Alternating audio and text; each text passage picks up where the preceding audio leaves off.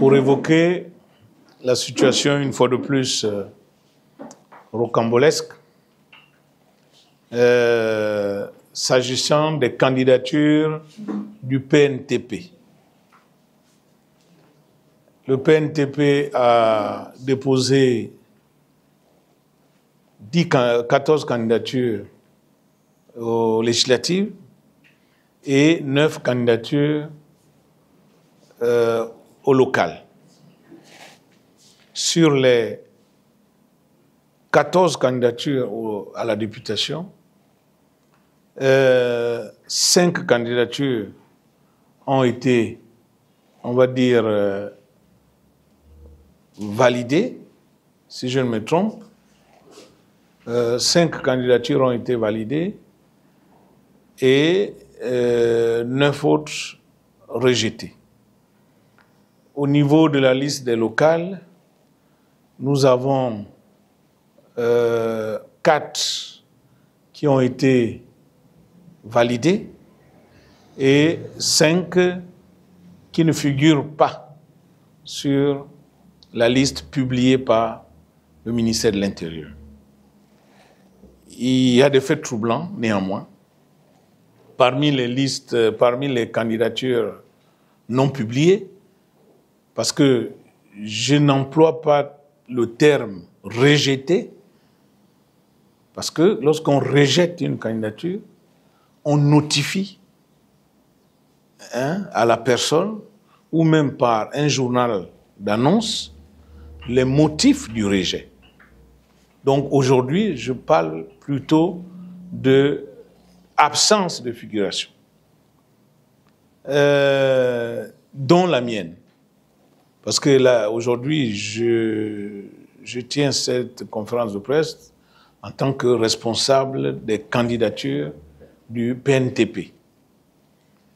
Donc la mienne, qui a été déposée dans les délais, où toutes les cases ont été cochées, et je dirais pour tout le monde, pas seulement la mienne.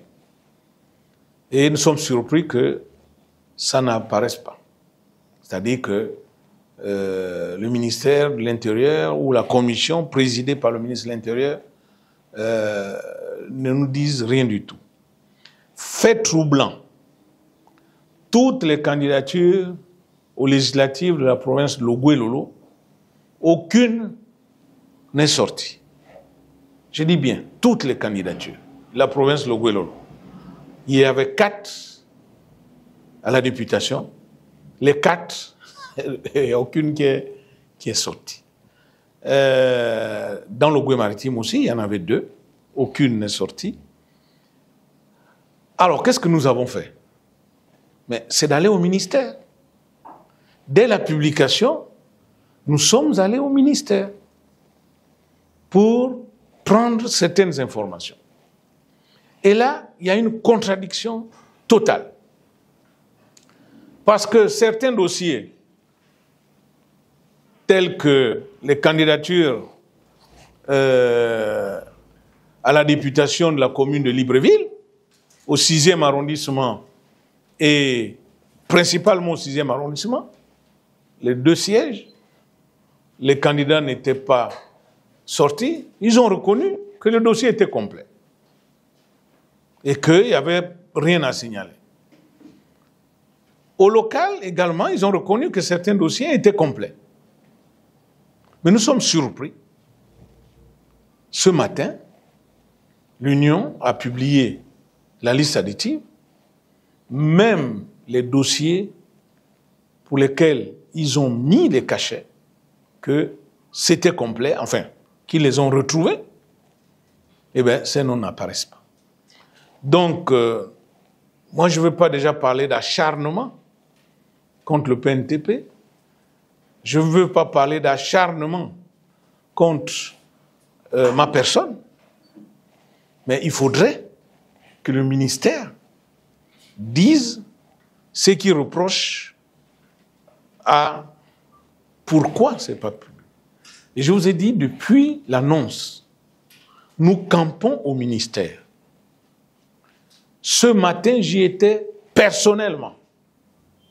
La seule chose qu'on nous demande au ministère, c'est d'enregistrer le nom, votre réclamation, et on vous rappellera.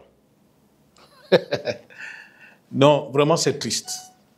Sincèrement, dans un pays normal, le ministre de l'Intérieur devait démissionner. Ça, je vous le dis, le ministre de l'Intérieur devait démissionner. Parce que là, ce n'est même plus l'incapacité, c'est la honte. Moi, je fais partie de ceux qui ont cru, je l'assume, pendant le dialogue, que nous étions matures, que le ministère de l'Intérieur peut faire les choses correctement, comme ça se fait ailleurs. Moi, j'ai soutenu, personnellement, que l'organisation des élections revienne au ministère de l'Intérieur, comme ça se fait dans les pays normaux. Mais à l'épreuve des faits, nous devons admettre que le ministère de l'Intérieur, la commission, elle est défaillante. Parce que vous ne pouvez pas, d'un côté, publier la liste des candidatures retenues, sans, de l'autre côté aussi, publier la liste des candidatures non retenues avec leurs motifs. Ce n'est pas possible. Donc aujourd'hui, 3 jours après la publication de la liste des candidatures, le ministère n'est toujours pas capable, la commission n'est toujours pas capable de présenter la liste des candidatures rejetées avec leurs motifs. Puisque la commission a choisi l'Union comme espace de communication. Je mets tout le monde au défi ici, sauf si l'Union a sorti un numéro spécial qui n'est pas porté à notre connaissance. Mais l'Union n'a pas publié jusqu'à ce jour, c'est-à-dire jusqu'à la fin des délais, parce que c'est le dernier jour, le délai statutaire pour les recours à la Cour constitutionnelle. Mais jusqu'à la fin des délais, selon la loi, l'Union n'a pas publié la liste des candidatures non retenues et leurs motifs. Donc, de ce point de vue, c'est vrai que la loi nous permet de faire des recours. Pour le fait, tout simplement, que le nom ne sort pas. Mais c'est mieux d'avoir des précisions. Pourquoi le nom n'est pas sorti? Moi, lorsque j'avais été écarté au présidentiel, vous vous souviendrez, la liste avait été publiée le 9. La liste avait été publiée le 9, je pense, le 9 mars. Et le 10, on nous avait notifié les rejets en disant « Votre dossier est rejeté pour tel motif. Votre dossier est rejeté pour tel motif. » Mais là, c'est le 3e jour de publication et le ministère n'a pas publié la liste des rejets. Donc, nous avons appelé pour dénoncer cela, pour montrer à l'opinion nationale et internationale que finalement, nous ne sommes pas prêts pour l'organisation des élections. Le ministère de l'Intérieur, le ministre de l'Intérieur, la commission n'est pas prête. Et ça, je répète, le ministre devait démissionner. Parce que ce n'est pas normal. C'est des pères et des mères de famille. Et j'aimerais que vous fassiez un tour au ministère de l'Intérieur pour filmer. Allez-y voir comment les gens sont debout pendant des heures et des heures, sans aucune réponse par rapport à leur dossier. Et avec des informations contradictoires, selon l'interlocuteur ou l'interlocutrice que vous avez en face. Entre 2 interlocuteurs, les informations changent. Certains disent non, on a 3 jours pour bien regarder. Mais en réalité, non. Alors donc, cette cacophonie et cet acharnement, j'ose croire qu'il s'agit d'un oubli, mais J'y crois de moins en moins, puisque la liste additive est sortie aujourd'hui, au journal L'Union. La liste additive, elle est faite pour les oublis, non? Ça veut dire que je ne rentre pas dans le cadre des oublis. Ça veut dire que les candidats du PNTP ne rentrent pas dans le cadre des oublis.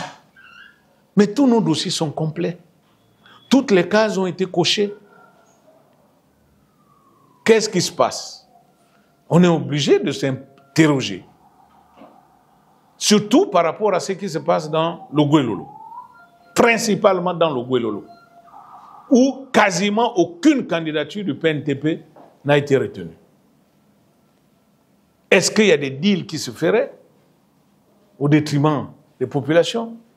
En tout cas, très sincèrement, c'est une honte. Et ça, je vous le dis, c'est une honte.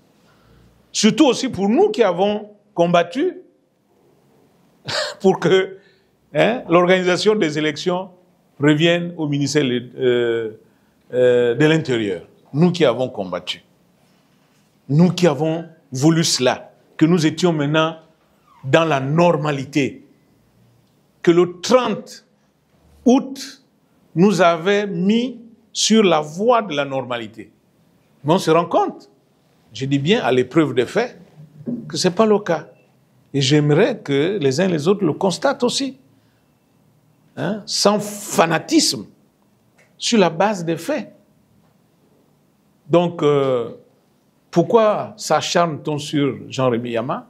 Je n'en sais rien. Quel motif le ministère trouvera par rapport à mon dossier, au lieu de se contenter des informations qui fusent dans les réseaux sociaux? Parce qu'il y a une case qui n'est pas cochée, mais la case qui n'est pas cochée, elle est relative à la publication des comptes. Moi, je n'étais pas candidat en 2025, donc je n'ai pas de compte à publier. Voilà pourquoi cette case n'est pas cochée, vous qui avez vu ma déclaration. Toutes les cases sont cochées. Et là, le dossier est complet. Donc, voilà un peu la situation que nous voulons dénoncer, que le PNTP dénonce, cet acharnement. Et s'il y a des aspects qu'on a oubliés, que j'ai oubliés, eh bien, vous pouvez y revenir par les questions que vous poserez.